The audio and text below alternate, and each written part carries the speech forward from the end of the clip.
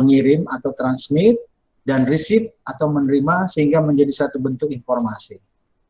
Nah, tolong unsur teknologi informasi atau IT ini ada record, store, process, retrieve, transmit, receive, dan informasi menjadi sesuatu yang menjadi uraian definitif dari TI. Ya.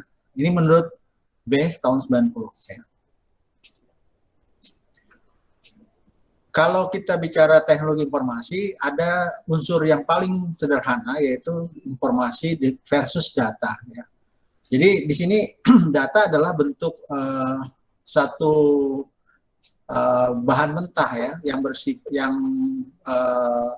raw data namanya. Jadi data itu adalah raw data atau bahan dasar ya, bahan mentah yang bentuknya baris gitu ya. Jadi adun, pokoknya berbaris lah. Jadi misalnya kayak rekod gitu ya. Isi rekod kan heterogen tuh ya. Jadi adun beralamat di Dago, Biomedik, 18 dan itu adalah data. Kemudian info sendiri adalah data yang terstruktur dan berdasarkan hasil olahan. Ya, contohnya 1320500 adun dengan nomor 17 sekian Bandung, alamatnya Jalan Dago 9. Sehingga kalau dibikin semacam diagramnya, data mentah kemudian menjadi informasi harus ada proses pengolahan atau ada prosesnya. Jadi data mentah diproses menjadi informasi. Ya. Keterkaitan informasi versus data tadi, ya, yang data tadi merupakan bentuk raw data atau data mentah yang bersifat berbanjar atau baris ya. Kemudian teknologi sendiri adalah ilmu yang berkaitan dengan seni atau sains dengan pengaplikasian pengetahuan saintifik yang ke praktis gitu. Jadi ilmu atau pengetahuan yang berkaitan dengan seni atau sains dengan pengaplikasian pengetahuan saintifik ke praktis. Itu teknologi. Kenapa pengaplikasian? Jadi diterapkan ya. Kenapa seni atau sains ya bisa berunsur seni atau pengetahuan tetapi diaplikasikan menjadi saintifik yang ke praktis. Itu disebut teknologi. Contohnya apa ya Pak?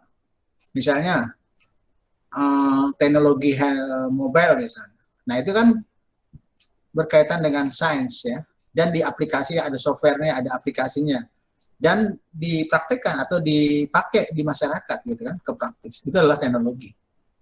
Ya, pengertiannya seperti itu. Nah, kalau aplikasi praktis itu biasanya dalam industri atau bisnis. Jadi teknologi itu biasa kaitannya dengan industri atau bisnis. Ya. Jadi penerapannya teknologi itu biasanya di bidang industri dan di bidang bisnis atau industri yang lain. Nah, sains dan teknologi. Ya. Kalau sains sendiri disebutkan large pool of knowledge fed by scientific research. Ya. Imperative to satisfy curiosity. Ya. Jadi berbasis ke university atau orientasinya ke perguruan tinggi. Ya. Pasti sains ini ciri-cirinya ada di perguruan tinggi. Pasti. Kenapa? Karena pengetahuannya di situ digali dan ditemukan dan dikembangkan. Sedangkan teknologi itu, ya, yang tadi disampaikan, yang basisnya lebih ke industri dan bisnis adalah satu ciri-cirinya adalah memotivasi atau mendorong untuk bisa mendapatkan suatu bentuk produk yang baik ya. Dan sedikit rumit, sulit dan diprediksi. Sehingga boleh dikatakan berbasis industri ya. Jadi tadi yang saya sampaikan yang masuk.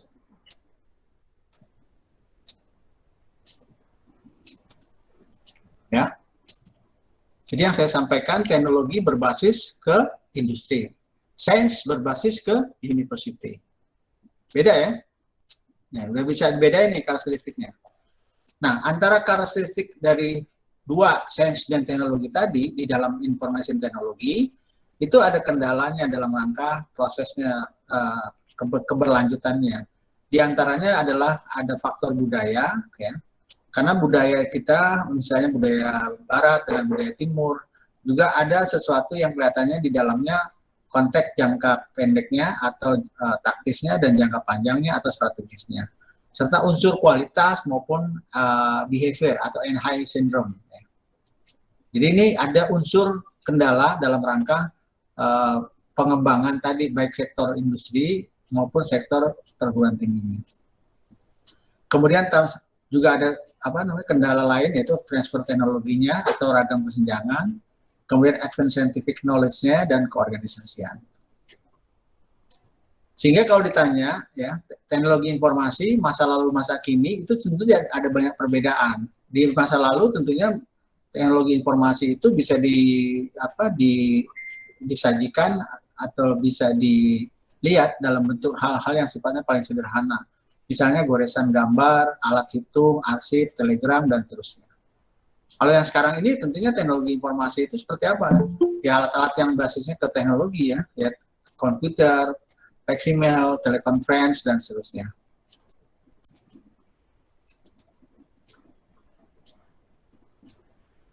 Oke. Nah, selanjutnya mengapa sih teknologi informasi itu dibutuhkan? Pasti dibutuhkan saat ini sebagai salah satu media untuk melakukan komunikasi ya. Zaman dulu asap atau lampu itu bisa dijadikan satu model komunikasi. Artinya bentuk-bentuk yang sifatnya bisa dijadikan satu tanda. Sinyal misalnya Morse yaitu kode ya. Morse gerak, Morse atau gerak tubuh itu juga merupakan alat komunikasi. Ya mulai dari bahasa tubuh dan sebagainya. Kemudian sebagai dasar pengambilan keputusan juga sebagai apakah memang dibutuhkan keberlanjutan dan sesuatu yang sifatnya jangka pendek, jangka panjangnya.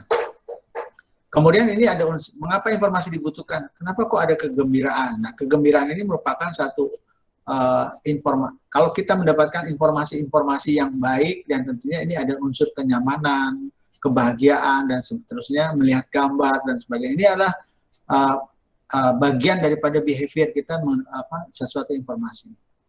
Nah, informasi apa bentuknya? Segala jenis ya, tergantung dari posisi, situasi, kondisi, relasi. Coba kalau informasi jenisnya posisi, misalnya kita lagi duduk begini, informasi apa yang kita dapatkan? Situasi, misalnya lagi marah, lagi sedih, kondisi, dan seterusnya. Ya, itu adalah informasi-informasi yang sifatnya kaitan dengan teknologi informasi tadi. Bagaimana informasi itu diperoleh? Banyak cara ya. Salah satu disebutkan dengan media rujukan atau pustaka, atau dari pustaka-pustaka yang sifatnya ilmiah, semi-ilmiah, jurnal, populer, ataupun yang lain-lainnya ya. Media massa terdiri dari bisa media cetak atau radio, TV yang sifatnya bisa dijadikan komunikasi atau informasi. Atau sekarang lebih banyak orang menggunakan media digital ya melalui media elektronik, baik itu Twitter, Facebook, WA, Instagram, Bing dan sebagainya yang sifatnya media massa yang berbasis ke massal. Ya. Kemudian lisan juga bisa, yaitu melalui observasi, wawancara, telepon, dan sebagainya. Ini informasi yang bisa diperoleh, didapatnya dari bentuk apa saja. Salah satu karakteristiknya itu ya. Ataupun juga dengan tulisan, yaitu tulisan melalui surat, ya, atau melalui fax. Surat itu bisa menggambarkan sesuatu informasi apa yang terjadi pada saat kita membaca isi surat itu. Nah, perangkat bantu daripada suatu informasi tadi, unsur yang paling sederhana adalah pensil, ya, atau pena atau kertas. Nah, ini disebutkan di sini menyangkut masalah dari tradisionalnya, dari zaman dulunya. Artinya dari sebelum kita mengenal alat komunikasi yang sifatnya mekanik atau elektrik atau lebih kepada alat telekomunikasi dan sebagainya. Nah, yang lainnya adalah berkembang menjadi mesin mekanik atau mesin seperti mesin tik, alat telekomunikasi, ya telepon dan sebagainya, seluler, alat elektronik bisa komputer, mesin fax dan seterusnya. Nah, ini alat-alat bantu yang mendukung dari perolehan informasi tadi. Ya. Kemudian bagaimana informasi itu diolah? Ya. Banyak hal ya, bisa jadi dalam bentuk perekaman awal. Biasanya informasi itu diolah berdasarkan struktur ini tadi nih, yang sekarang ini. Mulai dari perekaman awal, artinya direkam, kemudian diklasifikasikan, dikelompokkan, ya, atau juga dilakukan proses penyusunan, atau pengurutan baik secara ascending maupun descending. Klasifikasi bisa juga dilakukan misalnya berdasarkan kelompok umur, kelompok lain sebagainya. Sekarang ini kita mengenal adanya istilah big data atau data warehouse. Nah, itulah proses yang disebut dengan klasifikasi nanti di situ. Nah, di dalamnya juga dalam proses pengolahan data tadi ada unsur perhitungan.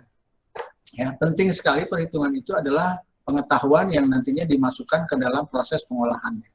Bisa di dalamnya algoritma yang sifatnya aritmatik maupun dalam bentuk logika dan seterusnya. Yang aritmatik itu bisa unsur penjumlahan dan seterusnya. Yang logika bisa pertanyaan decision dan seterusnya. Kemudian disimpan, tentunya disimpan dengan media tertentu yang sifatnya sesuai dengan informasi tadi. Apakah dan dilihat ukuran besar dan kecilnya.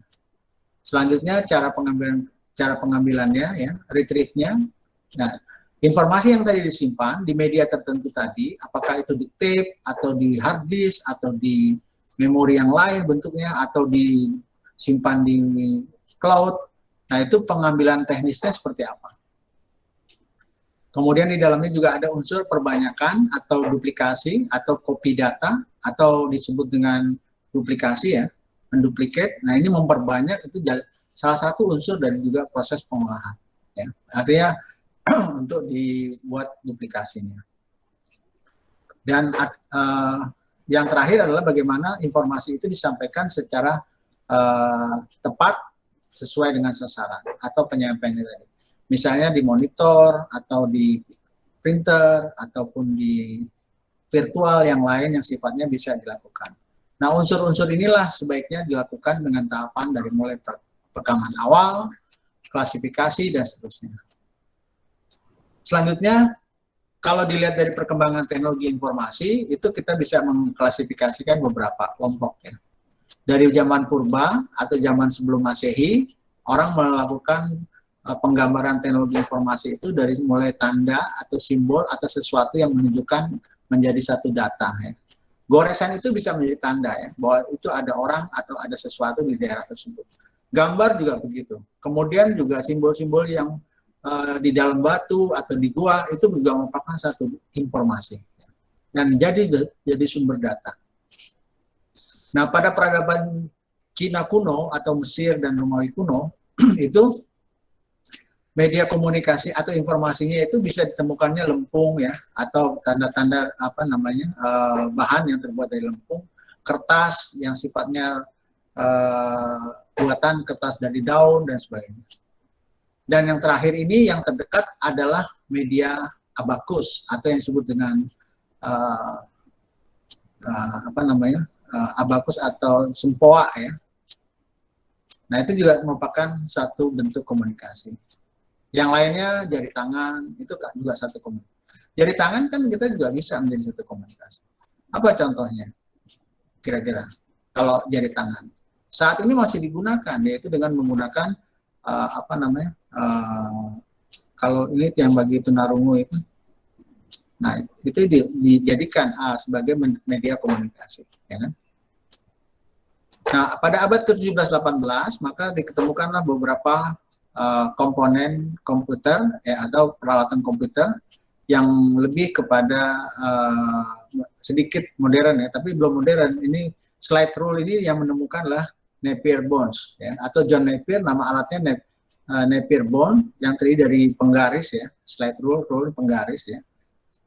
Kemudian yang mekaniknya pada tahun 1642 penemunya Blaise Pascal, seorang ahli matematik Inggris, ya, namanya alatnya Pascal Line atau garis Pascal. Berikutnya Charles Babbage menemukan juga different dan analytic engine atau mesin, ya. Ini mesin pembeda dan penganalisis. Jadi dia membedakan misalnya penjumlahan dan pengurangan itu berbeda. Jadi different analytical engine tahun 1830. Bayangin tahun 1830 ada satu mesin yang bisa melakukan proses menganalisis dan membedakan data itu penjumlahan atau pengurangan.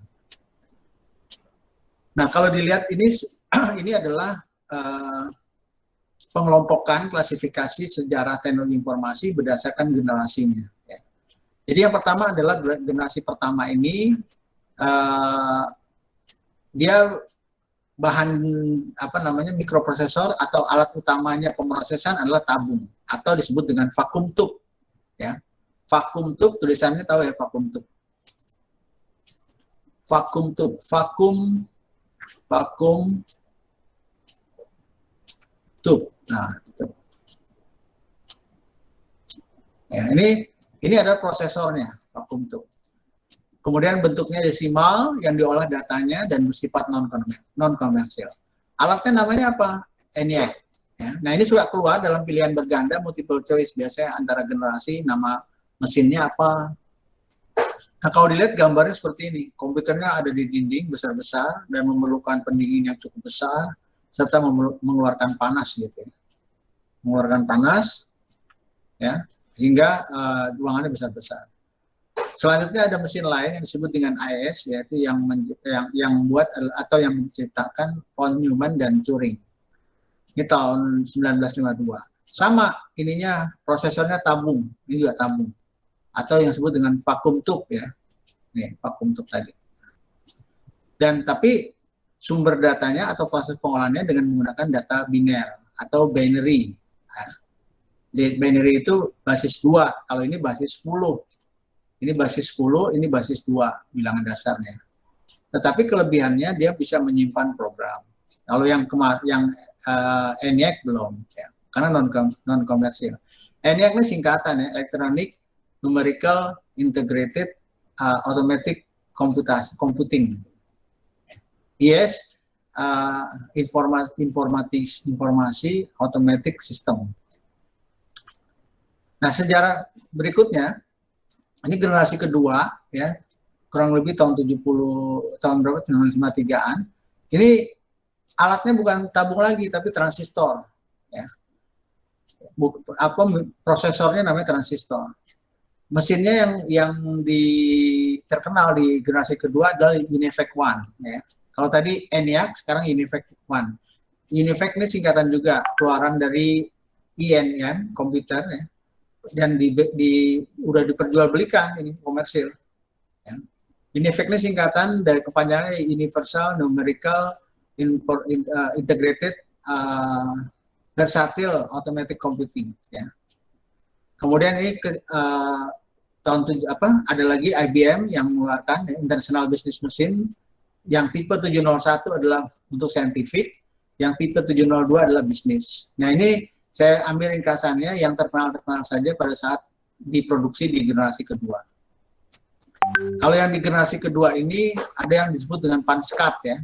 Jadi medianya itu disimpan di kartu, kemudian dilubangin. Punch card-nya istilahnya bahasa Indonesianya kartu berlubang. Mesinnya seperti ini ya, mesinnya dan berdiri sendiri. Setiap ini orangnya duduk di sini, kemudian berhadapan dengan komputer. Komputernya tidak ada monitornya, tapi dia bergerak. Bukan bergerak, mengolah data. Nah, generasi ketiga dia udah beda. Dia udah bukan pakai vakum pakai tabung lagi atau transistor, tapi sudah small scale integration circuit ya. Ya, artinya adalah bentuknya chip ya. Bukan transistor, bukan tabung lagi, tapi bentuknya chip ya. Ya, inilah cikal bakalnya nanti ke mikroprosesor tentunya. Di mana satu chip itu 100 transistor. Mesinnya namanya DAC ya. Digital lupa ya, saya panjangannya, tapi Digital Advanced Computation. Nah, ini tahun 64 dan ini adalah mini komputer pertama yang berada di ruangan tapi nggak pakai AC. Kemudian ada juga di generasi ketiga itu IBM 360 Family ya, yang sifatnya lebih kepada udah ada OS-nya ya, udah ada sistem operasinya. Nah, generasi berikutnya adalah generasi keempat, 5, dan 6. Nah, tentunya yang membedakan adalah daya tampung dari transistor tadi. Itu diukur dengan menggunakan tadi nih. Ini tadi SSI, sekarang MSI ya. Dia daya tampungnya MSI sampai dengan LSI untuk generasi keempat. MSI-nya itu sampai 3000 transistor atau sampai 100 kilo transistor ya. LSI-nya ini large. L-nya adalah large ya. Kalau M medium ya. Gitu. Nah, teknologi ini disebut dengan menggunakan teknologi semikonduktor. Kalau tadi adalah chip, kemudian ada yang disebut dengan transistor, dan ada vacuum tube atau tabung. Kalau ini teknologi semikonduktor. Mesinnya yang keluar yang terkenal adalah IBM 370. Ya. Ada juga DEC, ya, PAX Family. Kemudian yang generasi kelima, ya, generasi kelima ini bukan MSI lagi, tapi very large scale. Ya. Karena 100 mega transistor, 178 ini.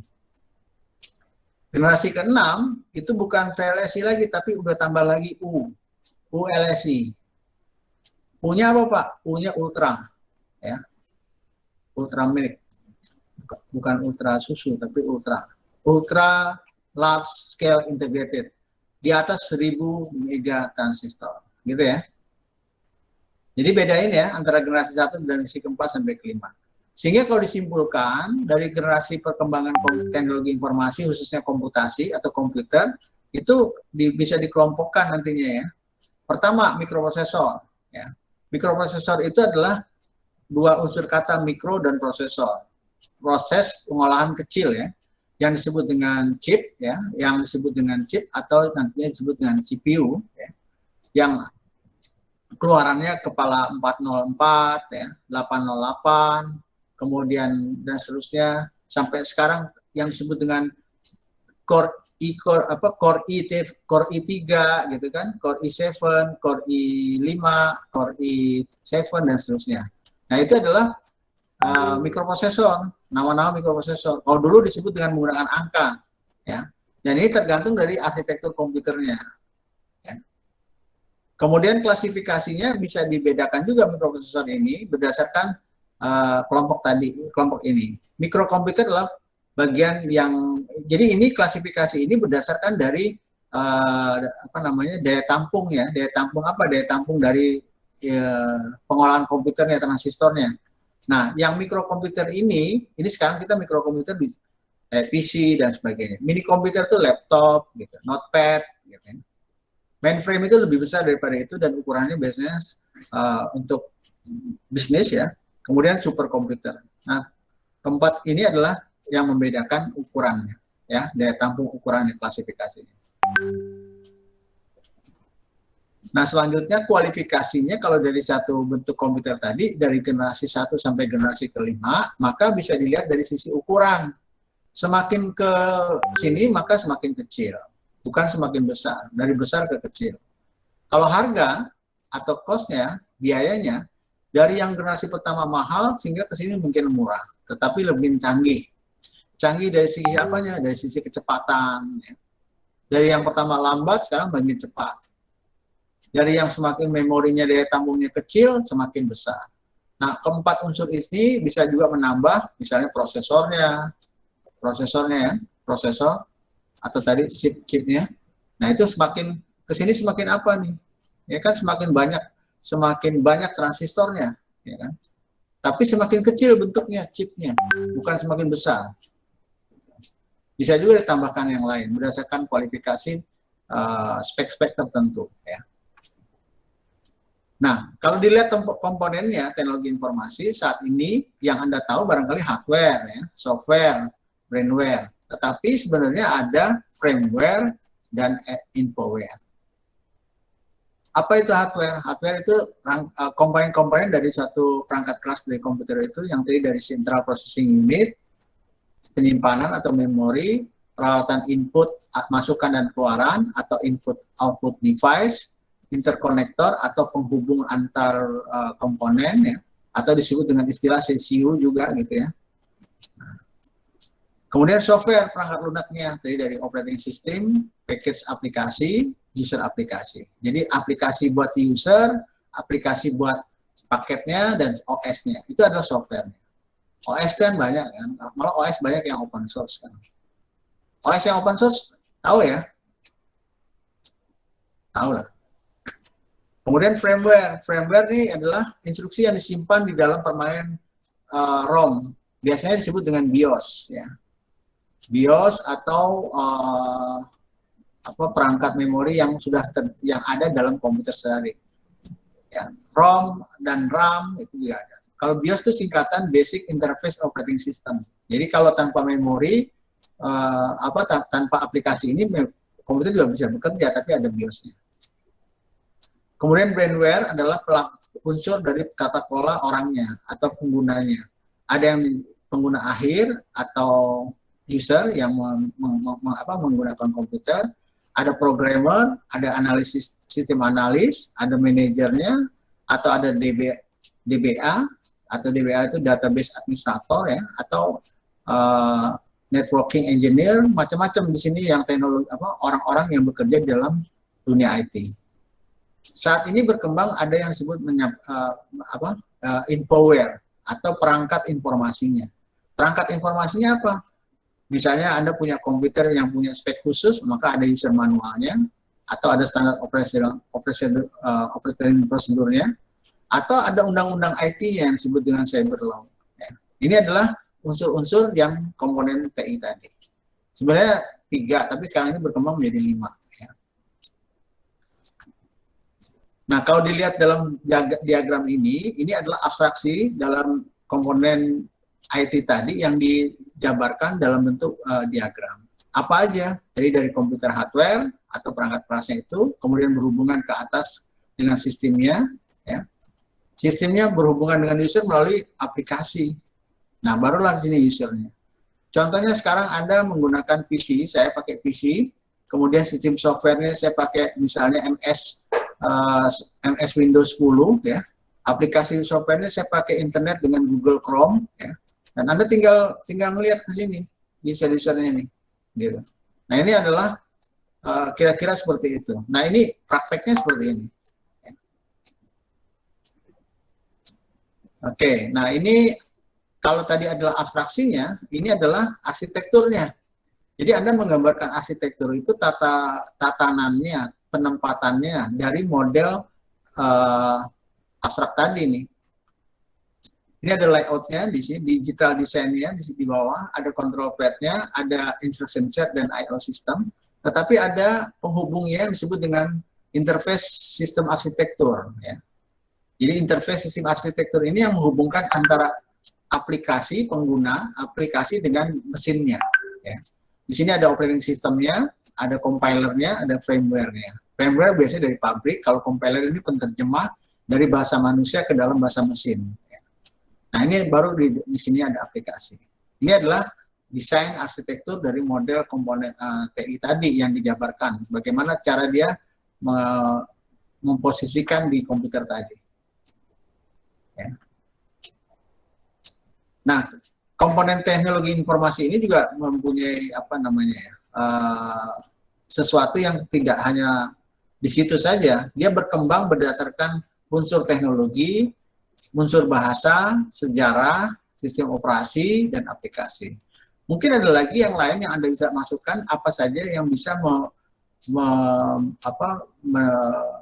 mengembangkan dari arsitektur komputer itu sehingga sejalan dengan keadaan sekarang ini. Misalnya kalau teknologi, misalnya sekarang udah Core i7 gitu ya, kan udah itu teknologi. Ya. Sistem operasi Anda komputer bisa dipakai di komputer Anda, arsitekturnya bisa pakai OS, Windows, pakai Linux. Nah, itu adalah arsitektur karena desakan dari sistem operasi. Dari sejarah misalnya dari generasi 1 sampai dengan generasi 5, tentu arsitektur juga berubah kan. Aplikasi juga sama, maka arsitektur juga berubah. Bahasa juga sama, misalnya di Google juga ada menggunakan bahasa yang sifatnya penerjemah dan sebagainya. Ini adalah pengembangan arsitektur berdasarkan desakan user, bukan desakan ya, perkembangan teknologinya. Apa aja? Yaitu teknologi, bahasa, sejarah, sistem operasi, aplikasi. Tentu ada yang lain yang sifatnya bisa dicari dan disesuaikan sebagai bahan literatur yang nanti Anda juga kuasai. Apa saja yang bisa mempengaruhi arsitektur itu menjadi lebih baik atau berkembang.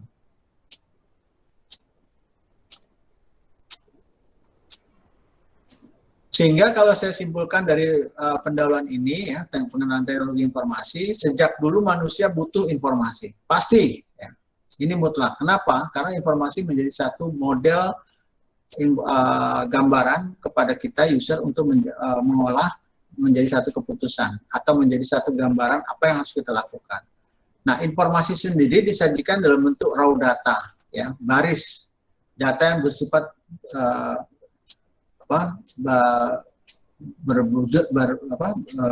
baris gitu ya. Misalnya tadi 3, kemudian Ali, kemudian 2000. Nah, itu adalah data ya, yang sifatnya baris tadi ini. Nah, dalam media sampai abad ke-20 ini, desakan arsitekturnya terjadi evolusi yang sangat cepat. Alat hitung ini berubah menjadi model yang sebutnya lebih lebih canggih. Yang saat ini alat hitung itu kan bahasa asingnya adalah komputer ya. Bahasa asing komputer itu kan komputer. Ya. Komputer, bahasa Latinnya. Komputer, artinya apa? Hitung. Ya. Artinya hitung ini. Bahasa Yunaninya komputer. Kalau bahasa Inggrisnya compute, menghitung. Ya. Jadi kalau didefinisikan, komputer itu adalah suatu peralatan yang mengolah data elektronik secara elektronik yang memiliki komponen CPU, memori, I/O device, interkonektor. Ya, jadi ada 5 komponen tadi. Sedangkan teknologi informasi ini sendiri, ini komponennya tadi dari hardware, software, firmware, brainware, dan infoware. Itu saja yang bisa saya sampaikan pada hari ini untuk kuliah pengenalannya ya. Dan ini ada satu lagi informasi yang bisa saya sampaikan. Ini adalah contoh-contoh ya, gambar. Ini abakus zaman dulu ya. Anda bisa lihat abakus zaman dulu. Ya. Bukan zaman dulu, ini masih dipakai. Kalau Anda ke Glodok juga bisa tahu.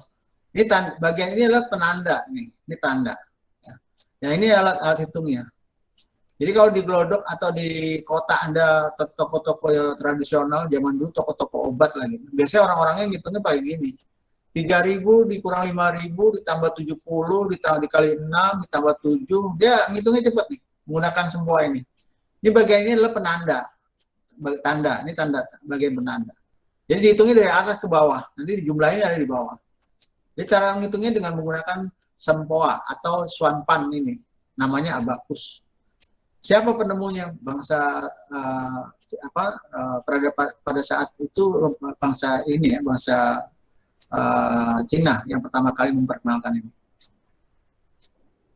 Nah, ini adalah Napier bones ya, bentuknya seperti ini modelnya. Jadi ada angka-angka, kemudian ada papan Napier bone ini, kemudian angka-angka ini memberikan simbol tanda-tanda untuk bisa melakukan proses perhitungan.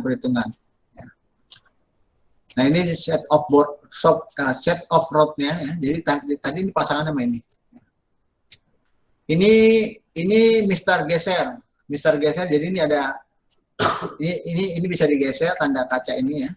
Ke angka-angka tertentu yang menghitung berapa jumlahnya. Ini disebut dengan Mister Geser. Ini juga alat hitung ya. Alat hitung yang otomatis. Otomatiknya dalam arti ini.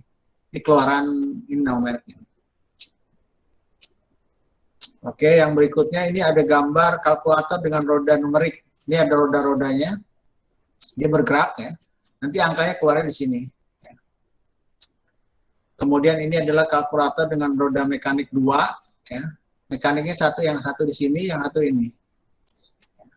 Jadi di kalkulator tapi alat hitung tapi dengan menggunakan penggerak 2 roda. Jadi dia mainnya pakai tangan 2. Dia akan mutar sendiri jumlahnya. Nah, ini kalkulator mekanik dengan arithmeter ya. Ini nanti displaynya di sini. Dia arithmeternya ini ada ukurannya. Ini yang tadi saya bilang differential and analyze engine. Ini mesin diferensialnya ini, tapi mesin analisnya yang ini. Nah, ini analytical engine. Jadi dia menganalitik nih. Ini pernah ada nih dalam filmnya apa ya? Saya lupa nih, film yang tembak-tembakan itu. Tapi dia Dia akan membunuh seseorang dengan mengeluarkan secari kertas kode berdasarkan tenunan. Wanted bukan, Pak? Iya, wanted. Ya. Nah, itu kan analitik tuh. Tapi engine-nya mesin tenun. Benar ya? Iya, Pak. Nah, itu. Betul, Pak. Sering-sering nonton film ada pengetahuan dikit. Nah, kalau ini ada film namanya Leonardo da Vinci nih. Oh ini Leonardo da Vinci kalau ini. Ini alat namanya Curta. Jadi dia waktu itu menemukan bagaimana caranya menemukan makam Bunda Maria ya, atau dulu ibunya Nabi Isa ya. Ya, ditaruh di mana letaknya, karena waktu itu dia ada sistem kodenya ya, ada kode apa penentunya namanya Curta ini, lihat itu. Ini mesin Dalton Edding listing mesin ya, jadi ini 1, 2, 3 nih sebaris gitu. Nanti penjumlahannya akan keluar di sini, nanti kasih kodenya seperti itu. Ini udah nggak ada. Kalau ini Anastasov Berry komputer, ini prosesornya di sini nih, tabung. Nah, nanti dari sini dia pengetikannya di sini, nanti keluar dari sini. Kalau ini tadi kartu perforasi ya, jadi kartu nanti keluarnya dari sini. Ini adanya di museum-museum bacanya kayak gini, pengetahuan jadinya. Ya. Ini udah modern dikit ya, kalkulator tapi dengan menggunakan LED. Jadi pakai baterai di sini. Kalkulator LED, jadi keluarnya berupa angka-angka tapi light emitting diode. Tapi alat hitung kalkulatornya. Oh, ini Anda udah tahu lah kalkulator, tapi namanya LCD. Lain dengan LED. LED, LCD itu beda ya. Kalau ini liquid crystal dioda. Kalau ini light emitting dioda. Kalau ini liquid crystal dioda. Kalau ini light emitting dioda. Ya, dia cahaya, kalau ini liquid, dia cairan. Ya. Oke, demikian penjelasan pemerintah radio dalam.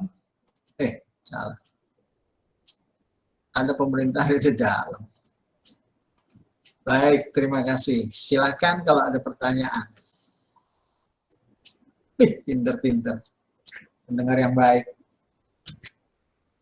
Diem aja. Ngerti nggak? Enggak. Enggak. Aduh. Mudah-mudahan. Ini mahasiswa kayak gini keren-keren nih. Bayar uang kuliah, dengerin, nggak ngerti apa-apa. Repot lah. Tapi yang penting gini, sekarang ini baru pertemuan pertama. 10 kali pertemuan baru ujian tengah semester. Anda harus terus bisa menggali. Karena kekayaan ilmu pengetahuan itu bukan hanya dari mendengar, tapi melihat dan dilakukan gitu ya. Dilakukan tuh gini. Misalnya kan ini nggak harus dihafal ya, diketahui. Misalnya nggak harus dihafal tuh gini. Saya tanya misalnya, Juan apa sih namanya nih? Juan Tamu Bolon ya? Montoya, Pak. Juan Montoya, saya nanya. Juan, tadi kan dengerin ya? Iya, Pak. Oke. Pertanyaannya kualifikasi teknologi informasi tadi kan ada beberapa indikator ya, ada beberapa parameternya ya, berdasar dari generasi 1 sampai generasi 5 ya. Iya, Pak. Apa aja yang kamu tahu? Yang untuk ngebedain generasi 1 sampai 5-nya, Pak. Ya, betul. Oh, yang pertama yang generasi 1 tuh ada pakai desimal, Pak, dia, Pak. Bukan, itu dari sisi generasi. Yang saya maksud, yang mana tuh, Pak? Kalau dari generasi 1 sampai 5 tadi, kira-kira apa kesimpulannya, ada parameternya apa? Oh, ya. Yang paling jelas dari ukurannya yang tadinya gede semakin kecil, Pak. Apa ukuran ya? Ya, ukuran. Oke, yang terus? Kedua biaya. Terus? Praktis bukan sih, Pak? Jadi Nggak makin ada. praktis. Nggak ada praktis. Yang kamu lihat aja dari penjelasan generasi 1 sampai 5. Ukuran dari besar kecil. Ya. Biaya dari yang beli komputernya segede rumah, satu rumah menjadi lebih kecil gitu kan. Zaman dulu beli komputer satu rumah gitu kan, taruh di dinding. Nah, sekarang kan nggak gede-gede. Taruh di ketek dia jadi komputernya. Kan ada kan? Misalnya alat ukur apa gitu kan, ditanam aja di bawah kulit. Kan Anda bisa tahu. Nah, terus apa lagi tadi? Ukuran, biaya. 3, 5 ada 5. Yang nyangkut baru 2.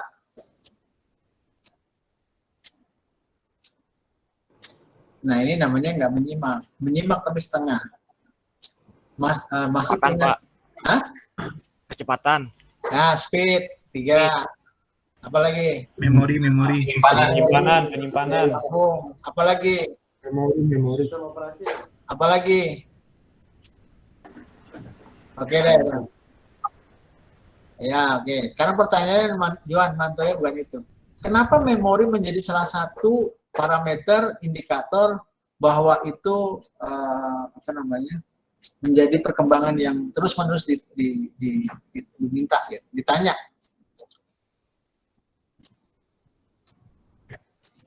Apa? Ih, Memori menjadi apa?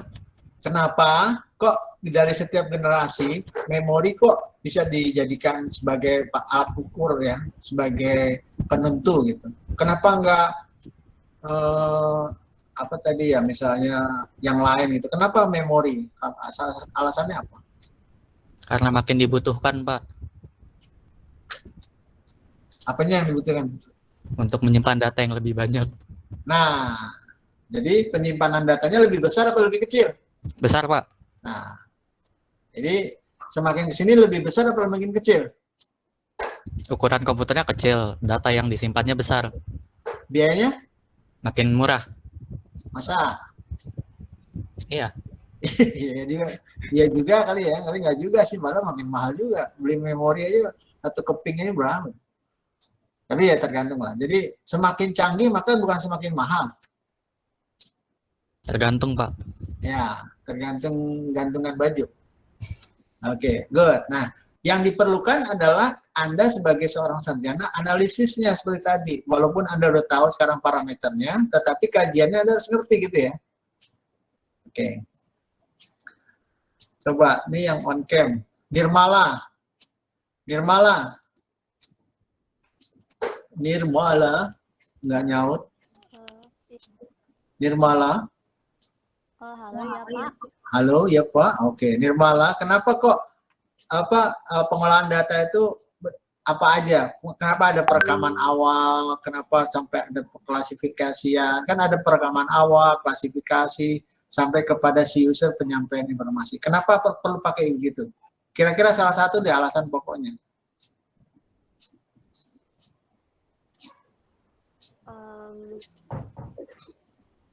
Kan proses pengolahan data itu bisa dilakukan pertama recording gitu ya.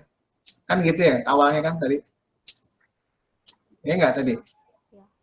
Recording, kemudian store, proses, retrieve, retransmit, receive. Kenapa harus ada itu urutannya? Coba satu contoh aja. Kenapa sih proses pengolahan data itu prosesnya ya? Kenapa harus ada record, store di teknologi informasi nih? Kita bicara TI ya. Store itu apa tadi? Nirmala. Absennya mana nih? Halo? Ya, silakan. Kedengeran, Pak? Kenapa Nirmala? Nggak tahu. Lupa.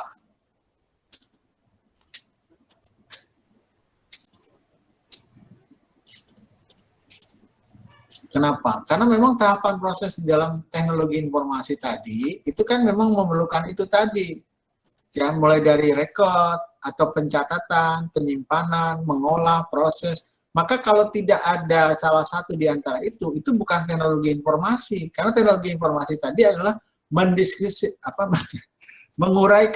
menguraikan urutan-urutan bagaimana manusia itu bisa mendapatkan sesuatu informasi. Bagaimana caranya?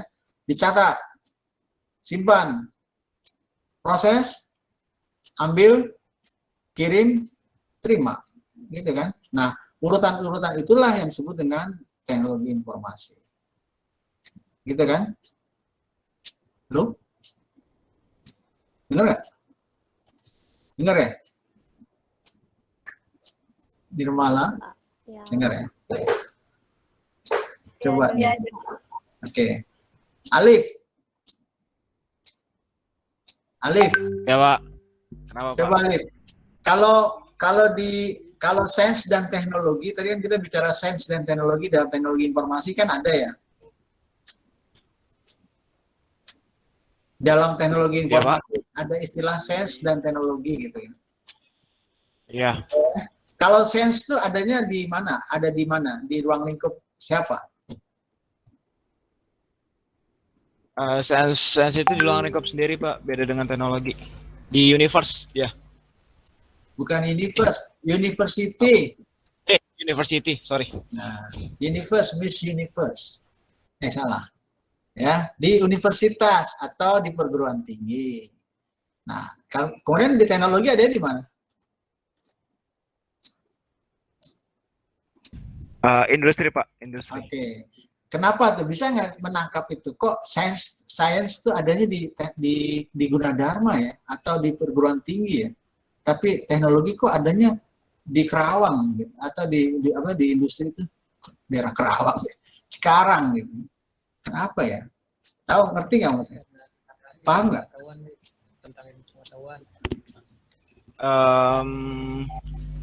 Kalau misalnya yang teknologi tadi karena lebih susah diproses, Pak. Terus? Kalau yang sains itu lebih ke arah ilmu pengetahuan yang lebih luas gitu. Ya, jadi loss of knowledge-nya. Jadi cukup besar pengetahuan itu berkembang. Nah, adanya pengetahuan itu di perguruan tinggi. Misalnya Anda menciptakan formulasi naik ojek dari Kalimalang ke ini pakai sekarang nih Cibakayu apa? Ubekayu apa? Tol apa tuh? Becak kayu. Becak kayu, Pak.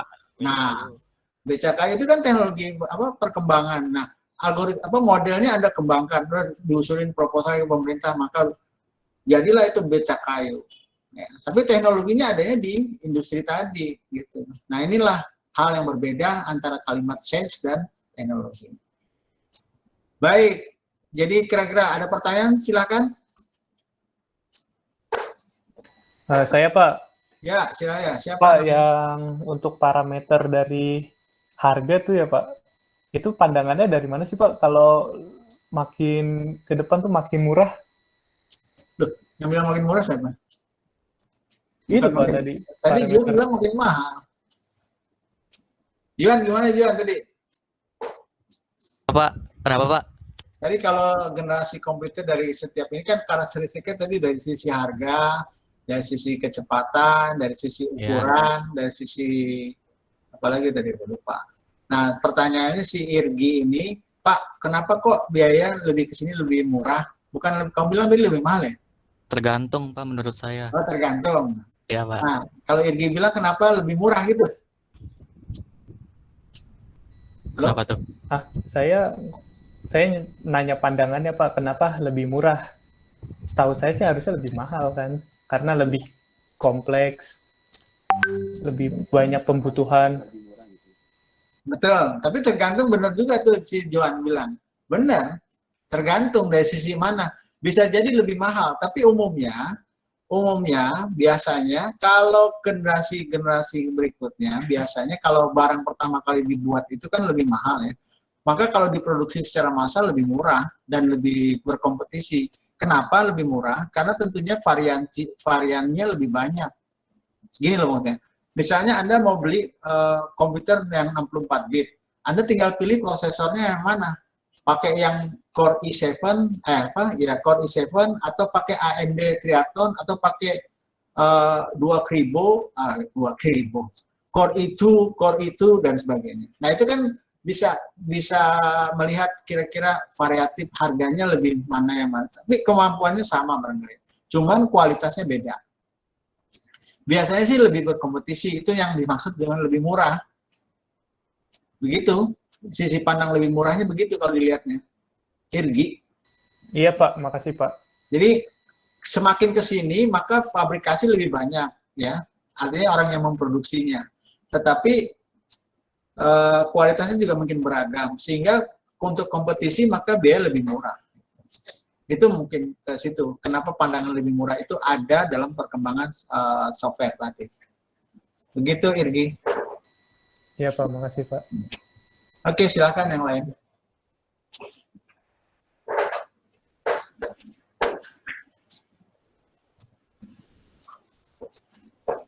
Cukup? Cukup ya? Oke. Kita kuliah ini dulu barangkali ya untuk sementara dan kita lanjutkan minggu depan. Untuk itu saya ucapkan terima kasih. Minggu depan kita masuk minggu ke